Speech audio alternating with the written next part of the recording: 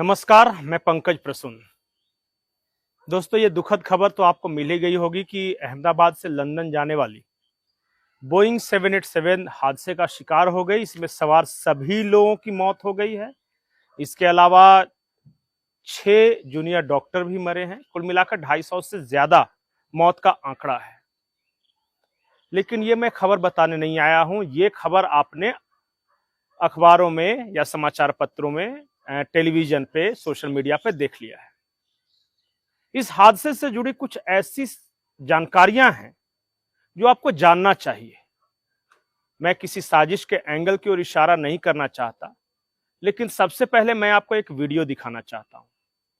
ये वीडियो उस वक्त की है जब ये बोइंग 787 अहमदाबाद एयरपोर्ट से टेक ऑफ कर रहा है और देखिए कि कोई उसका वीडियो बना रहा है और वो बिल्कुल धमाका होता है और वीडियो में कैद हो जाता है। हो सकता है कि ये संयोग हो।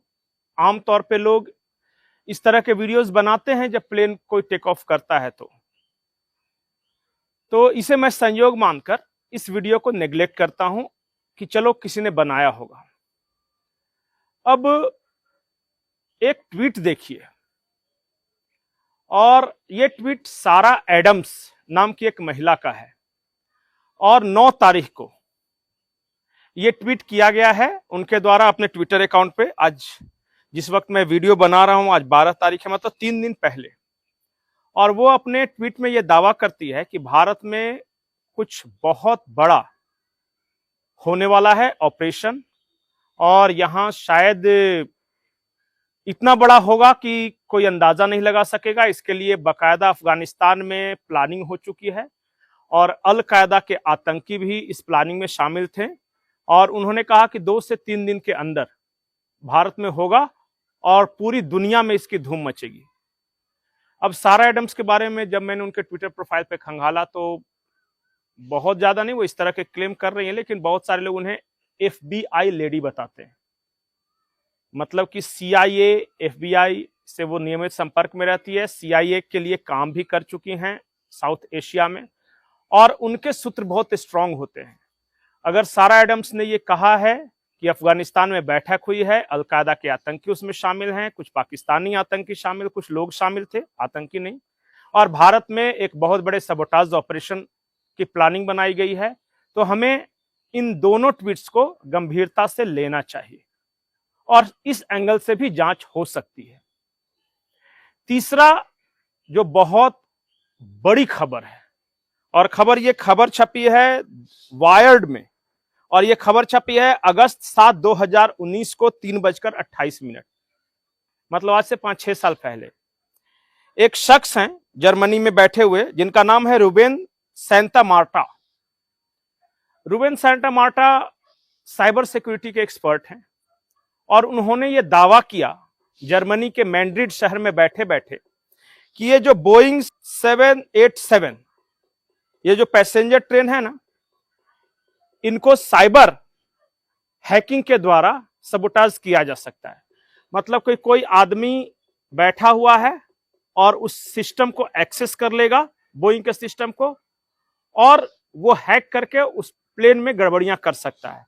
और इसमें उन्होंने साफ तौर पे लिखा है, ये सैंटामार्टा साहब ने, कि खास करके टेक ऑफ और लैंडिंग के वक्त हैक करने के चांसेस सबसे ज्यादा रहते हैं, क्योंकि सारे सिस्टम्स ऑन उस वक्त रहते हैं, फुली फंक्शनल रहते हैं। तो अगर कोई आदमी पहले से बैठकर इसकी तैयारी कर रहा हो तो वो साइबर हैकिंग की जा सकती है। तो क्या साइबर हैकिंग के द्वारा ये प्लेन हादसा कराया गया? और तब मैं वो पहले वाले वीडियो की तरफ आता हूं कि एक आदमी पूरा वीडियो बना रहा है कि कैसे टेक ऑफ किया है और कैसे उड़ा है और कैसे धमाका हुआ है। क्या ये सारे एक ही गैंग के सदस्य थे? कि वो सफल हुआ या नहीं हुआ मुझे नहीं पता, ये जांच का विषय है। लेकिन इस वक्त जिस तरह दुनिया में माहौल चल रहा है और पाकिस्तान, अमेरिका, ये सब भारत के खिलाफ जिस तरह की बातें कर रहे हैं, तो ऐसे दौर में कुछ भी हो सकता है। अगर इसमें पाकिस्तान या पाकिस्तान की कोई एजेंसी शामिल है इस तरह के ऑपरेशन में, तो निश्चित तौर पे जांच होनी चाहिए। और अगर उनका इन्वॉल्वमेंट सामने आता है तो we should punish the perpetrators of this terrorist act. Bharat, अगर ये टेररिस्ट एक्ट है तो भारत में अब तक का सबसे बड़ा आतंकी हमला इसे मान सकते हैं, मुंबई हमले के बाद। और अगर पाकिस्तान में बैठकर यह साजिश रची गई है या अफगानिस्तान में पाकिस्तानी एलिमेंट्स ने यह साजिश रची है, जैसा कि सारा एडम्स इशारे कर रही है, तब तो यह और गंभीर बात हो जाती है। और अगर CIA को इसकी जानकारी थी तो अमेरिका को इस बात का जवाब देना होगा कि क्या अमेरिका की गुप्तचर एजेंसी CIA को इस हादसे की जानकारी थी, और अगर जानकारी थी तो क्या उन्होंने भारतीय एजेंसियों के साथ शेयर करने की जहमत उठाई या वो खामोश रह गए। कहीं ऐसा तो नहीं कि ये पाकिस्तान और अमेरिका का ज्वाइंट ऑपरेशन था। मैं ज्वाइंट ऑपरेशन इसलिए बोल रहा हूं कि नूर खान बेस को लेकर तरह तरह की कहानियां सामने आ रही हैं। एक कहानी यह है कि पाकिस्तान के नूर खान बेस में अमेरिका के न्यूक्लियर एसेट्स रखे हुए थे, भारत ने हमला किया, अमेरिका के एसेट्स बर्बाद हुए हैं, और उसके बाद से अमेरिका और असीम मुनीर और दोनों हमेशा साथ साथ बहुत क्लोज आ गए हैं। क्या भारत से बदले के लिए यह प्लान रचा गया और इस तरह से हमारे एक एयर इंडिया के प्लेन को सबोटाज किया गया? और आप इसके साथ जोड़ सकते हैं कि क्या खालिस्तानी आतंकी जो पन्नून था उसके नेटवर्क का इस्तेमाल किया गया या फिर पाकिस्तान के आतंकी नेटवर्क का इस्तेमाल किया गया? क्या सचमुच साइबर हैकिंग के द्वारा इस प्लेन को क्रैश कराया गया? क्योंकि कई लोग तरह तरह के सवाल उठा रहे हैं कि टेक ऑफ के वक्त वो जो डायना होता है उसका जो प्लेट्स फ्लैप होता है वो ऊपर नहीं था तो नीचे था, नीचे नहीं था तो ऊपर था। मैं उसके डिटेल्स में नहीं जा रहा हूं, लेकिन क्या साइबर हैकिंग के द्वारा यह संभव है किया जाना? कई सवाल हैं। हादसा हुआ है, अभी तो लाशें लोग गिन रहे हैं, रो रहे हैं, अपने अपने परिजनों के लिए सरकार से गुहार लगा रहे हैं, लेकिन ऐसे वक्त में इन सवालों का जवाब ढूंढना बहुत जरूरी है। और अगर ये CIA और पाकिस्तान का ज्वाइंट ऑपरेशन है, अगर दूर दूर तक इसकी संभावना है इस हादसे के पीछे, तो याद रखिए कि साउथ एशिया की राजनीति हमेशा के लिए बदलने वाली है। नमस्कार। I'm totally shaken by the incident that has happened today near Ahmedabad airport. Very tragic and very, very horrific. And even till now, I have to say I'm in a state of shock. When the event happened, I was in Vijayawada doing the review of that airport and attending one state program. But the moment I got to know this incident happened, I wanted to be here physically at the site, try to find out more about what happened and what needs to be done. And also Honorable PM has called me and also told me to be there at the site and also look into the operations which is going on right now. And right now, if you ask me, I can only think about the passengers, their families, what they might be going through, and especially the civilians also who are there near the crash site. A lot of relief effort has been done already, right from Indian Army, NDRF, state police, medical departments, including aviation concerned departments. Everyone has attended immediately. The fire department, to the best of their abilities, they have been functioning here and doing the rescue operations. And we still have to find out the numbers. I don't want to put any wrong numbers to you, so we still have to go through the numbers.